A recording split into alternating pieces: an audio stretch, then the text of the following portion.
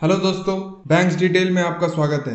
आज हम बात करने वाले हैं कि आप अपने कार पर लोन कैसे ले सकते हैं। तो चलिए मैं बताता हूं कि आपको इस वीडियो में क्या क्या जानने को मिलेगा। तो इस वीडियो में आप जानने को मिलेगा कि कार पर आप लोन लेने के लिए एलिजिबिलिटी क्राइटेरिया क्या क्या होती हैं और लोन लेने की प्रक्रिया क्या क्या है, किन किन डॉक्यूमेंट्स की ज़रूरत होगी आपको कार पर लोन लेने के लिए और क्या क्या फीस और चार्जेस लगेंगे, अपने कार पर आपको कितना लोन मिलेगा और कार पर लोन चुकाने की समय सीमा क्या क्या होती है।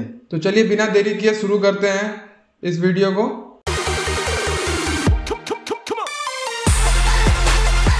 दोस्तों, क्या आप अचानक किसी मुसीबत में आ गए हैं और पैसों के बिना काम नहीं होगा? ऐसे समय में आप सबसे ज़्यादा आपके एसेट्स काम करते हैं। यदि आपके पास अपनी कोई कार है तो आप आसानी से पैसों का इंतजाम कर सकते हैं। आप किसी बैंक या फाइनेंस कंपनी से अपनी कार पर लोन ले सकते हैं। इस तरह के लोन में आपको अपनी कार सिक्योरिटी के तौर पर रखना होता है। यह लोन आपको बड़े ही आसानी से मिल जाएगा। इस लोन की प्रोसेसिंग भी जल्दी कर दी जाती है और अप्रूवल जल्दी मिल जाती है। शायद आप कहीं ये तो नहीं सोच रहे हैं कि अपने कार पर लोन लें या पर्सनल लोन। तो मैं आपको बता दूं कि इस लोन में आपको पर्सनल लोन के मुकाबले कम ब्याज दर लगेगा। तो चलिए जान लेते हैं कि इसकी एलिजिबिलिटी क्राइटेरिया क्या क्या होती है। आपकी उम्र 21 साल से 65 साल की होने के बीच होनी चाहिए और आपकी सालाना इनकम कम से कम 2,50,000 रुपये होनी चाहिए। आपके पास अपनी एक कार होनी चाहिए। आपके कार पर पहले से कोई लोन हो या ना हो, आप यह लोन ले सकते हैं। आपके कार की कम से कम 12 EMI यानी कि किस्तें को भुगतान किया गया होना चाहिए। यानी कि आपने जब से कार लिया है तब से आपने कम से कम 12 किस्त उसके जमा कर चुके हैं, तभी आपको ये लोन मिल सकेगा। तो दोस्तों, ये थे कुछ एलिजिबिलिटी क्राइटेरिया जो आप अगर फॉलो करते हैं तो आपको यह लोन मिल सकता है। तो चलिए अब जान लेते हैं लोन लेने की प्रक्रिया क्या है। तो लोन लेने की प्रक्रिया कुछ इस प्रकार है। आपको सिर्फ और सिर्फ 6 स्टेप फॉलो करने हैं और आपको यह लोन मिल जाएगा। तो पहला स्टेप है कि आपको किसी बैंक या फाइनेंस कंपनी की वेबसाइट से लोन एप्लीकेशन फॉर्म में अपनी कार की model, company, registration number, manufacturing का साल, किस कारण से लोन लेना चाहते हैं, ऐसी तमाम जानकारी के साथ फॉर्म को भरें और जमा कर दें। उसके बाद आता है कि अब बैंक या फाइनेंस कंपनी के प्रतिनिधि आपसे संपर्क करेंगे और आगे की प्रक्रिया आपको समझाएंगे। उसके बाद फिर आपको बैंक फाइनेंस कंपनी की प्रतिनिधि आपसे डॉक्यूमेंट्स मांगेंगे और उन डॉक्यूमेंट्स की जांच करेंगे। जैसे कि आपके कार के डॉक्यूमेंट्स रहेंगे, आपके इनकम सर्टिफिकेट वगैरह रहेंगे, आपके एड्रेस प्रूफ, ID प्रूफ, इस टाइप के डॉक्यूमेंट्स आपसे मांगे जाएंगे।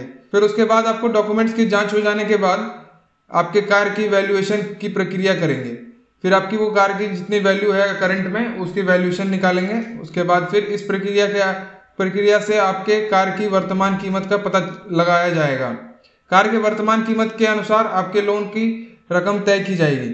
लोन तय रकम में पर आपकी मंजूरी लेते हुए आपको प्रोसेसिंग फीस, डॉक्यूमेंट चार्जेस की जानकारी दी जाएगी।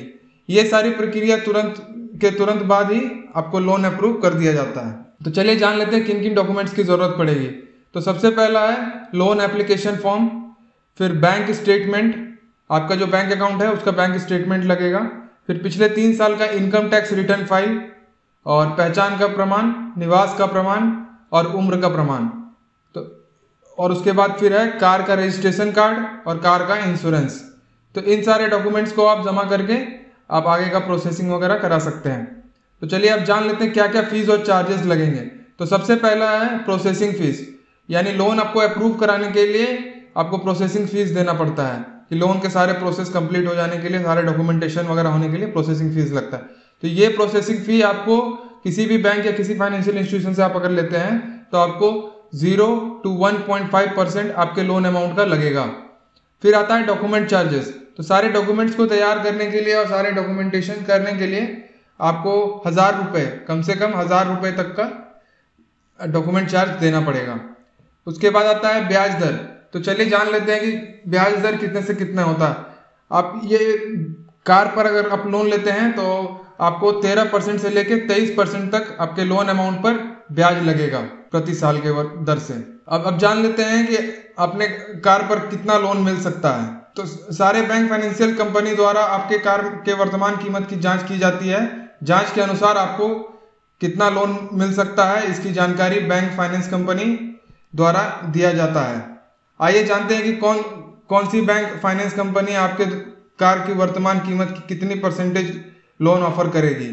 तो जैसे कि आप देख सकते हैं यहाँ पे महिंद्रा फाइनेंस आपके कार की वर्तमान कीमत यानी कि जो आपकी वैल्यूएशन निकलेगी कार की उसकी 50% पर आपको लोन अमाउंट देगी। यानी कि अगर आपके कार का वैल्यूएशन करेंटली 1 लाख रुपए का है तो आपको 50,000 तक का लोन मिल सकता है। कोटक प्राइम से यदि आप लोन लेते हैं तो आपको आपके कार की वर्तमान कीमत पे 150% यानी कि अगर आपकी कार 1 लाख की है तो आपको 1.5 लाख तक का लोन मिल सकता है। इसी तरीके से HDFC बैंक से यदि आप लोन लेते हैं तो आपको 160% यानी कि अगर आप 1 लाख की कार की वैल्यू है तो आपको 1,60,000 तक की लोन मिल सकती है। एक्सिस बैंक की अगर देख लें तो एक्सिस बैंक की भी सेम है, अगर आपने 1 लाख की गाड़ी की करंट कीमत है तो आपको 1,60,000 तक की लोन मिल सकती है। उसके बाद है टाटा कैपिटल की भी सेम है, 1 लाख अगर आपकी कार की वैल्यू है करंट में तो आपको 1,60,000 तक की लोन मिल सकती है। हीरो फिनकॉर्प से अगर आप लोन लेते हैं तो आपको अगर आपकी कार की वैल्यू करेंटली 1 लाख रुपए है तो आपको 1,60,000 तक की मिलेगी। बजाज फिनसर्व से यदि आप लोन लेते हैं तो आपको आपके कार की करंट कीमत यदि अगर 1 लाख रुपए है तो आपको 1,75,000 रुपए तक की लोन मिल सकती है। IDFC फर्स्ट बैंक अगर इससे आप लेते हैं तो आपको आपके कार की करंट कीमत अगर 1 लाख रुपए है तो आपको 2 लाख रुपए तक की लोन मिल सकती है। तो चलिए जान लेते हैं कि कार के लोन चुकाने की अवधि क्या है। तो आपके कार पर लोन को चुकाने के लिए बैंक फाइनेंस कंपनी द्वारा 18 महीने यानी कि 1.5 साल से लेके 60 महीने यानी कि 5 साल तक 1.5 साल से 5 साल तक की आपको टाइम मिलती है कि आप अपना लोन चुका सकें। तो दोस्तों ये थी सारी जानकारी आपके कार पर लोन लेने के लिए।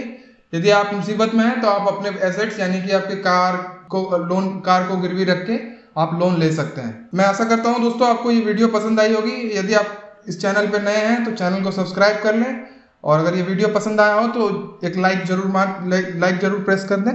धन्यवाद दोस्तों।